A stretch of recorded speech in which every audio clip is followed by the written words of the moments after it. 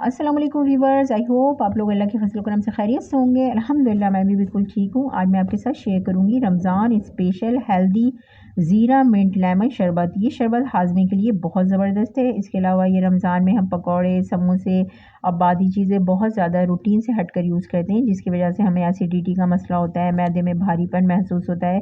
तो ये हेल्दी शरबत जो होता है, अगर अफ्तार में इस्तेमाल करेंगे तो हमें इंस्टेंट फ्रेशनेस मिलेगी और हम पेट के तमाम मसाइल से जो है वो छुटकारा हासिल कर लेंगे। ये इतना ज़बरदस्त शरबत बनकर तैयार होता है और इतना यानी कि लो बजट शरबत है कि अगर आपने इसको एक बार बनाकर रख लिया तो फिर आप इसको पूरे जो है रमज़ानों भर यूज़ कर सकते हैं। ये और इतना हेल्दी होता है कि अगर आप इसको पीने के बाद बहुत ज़्यादा अपने आप को फ्रेशनेस और हल्का-फुल्का महसूस करेंगे। और जो भी आपके पेट के मसले मसाइल होंगे, मतलब मैदे में थोड़ा तेज़ाबियत हो जाती है, भारीपन सा महसूस होता है, हम सारा दिन जो है वो नक़ाहत महसूस करते हैं, तो इस शरबत को पीने के बाद जो है वो बिल्कुल हमें बहुत ज़्यादा इंस्टेंट जो है ना एनर्जी मिलेगी और बहुत ज़्यादा हम फ्रेश फ़ील करेंगे।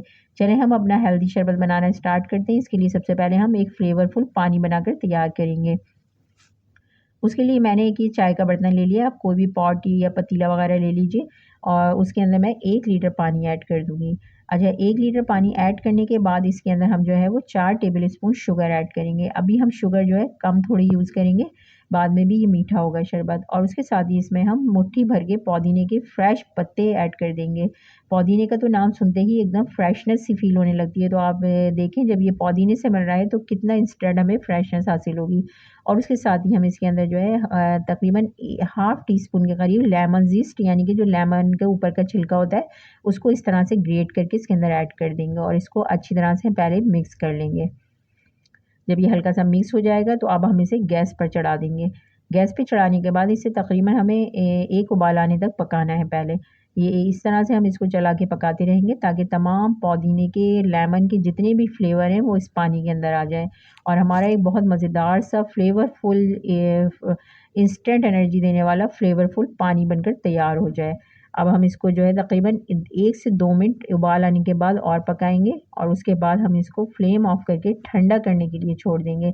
जब इसकी तमाम स्टीम निकल जाएगी तो फिर हम इसको फ्रिज में रख देंगे ठंडा करने के लिए। ये हमारा जो है वो शरबत के लिए जो है फ्लेवरफुल पानी बनकर तैयार हो गया है। अब हम अपने शरबत के लिए तैयार करते हैं एक पहले प्रीमिक्स। इसके लिए मैंने एक पैन लिया है, उसमें मैं 3 टेबल स्पून जो है वो ज़ीरा ऐड कर दूँगी। ज़ीरा हमारे पेट के लिए बहुत फ़ायदेमंद है। उसके साथ ही हम उसके अंदर 1 टेबल स्पून सौंफ ऐड करेंगे। सौंफ भी आपको पता है कितने हमारे फ़वाइद हैं सौंफ के, उसकी तासीर ठंडी होती है। उसके अलावा इसमें 1 टीस्पून के करीब जो है वो काली मिर्च और 4 से 5 इलायची ऐड कर देंगे। इलायची भी हमारे लिए बहुत फ़ायदेमंद है। उसके अलावा जो है ये जो काली मिर्च है वो थोड़ा-सा अच्छा-सा फ्लेवर लेकर आएगी इसमें और ये दिमाग के लिए बहुत फ़ायदेमंद होती है काली मिर्च। अच्छा, अब इन तमाम मसालों को हमें ड्राई रोस्ट करना है कि इसमें से इनका जो है ना मॉइस्चर निकल जाए और इन मसालों के जो एसेंशियल ऑयल होते हैं वो थोड़े से उभर जाएँ। अब इस तरह से हम हल्का-सा रोस्ट कर लेंगे, बहुत ज़्यादा रोस्ट नहीं करना। जब ये रोस्ट हो जाएँगे तो हम इसको ठंडा करने के लिए छोड़ देंगे।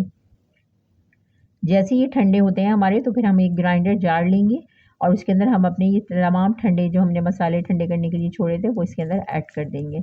और इसके साथ ही इसमें कुछ मसाले हम और ऐड करेंगे, जिसमें मैं 1 टेबल स्पून जो है इसके अंदर काला नमक ऐड करूँगी। ये पेट के लिए बहुत फ़ायदेमंद है हाज़मे के लिए हमारे।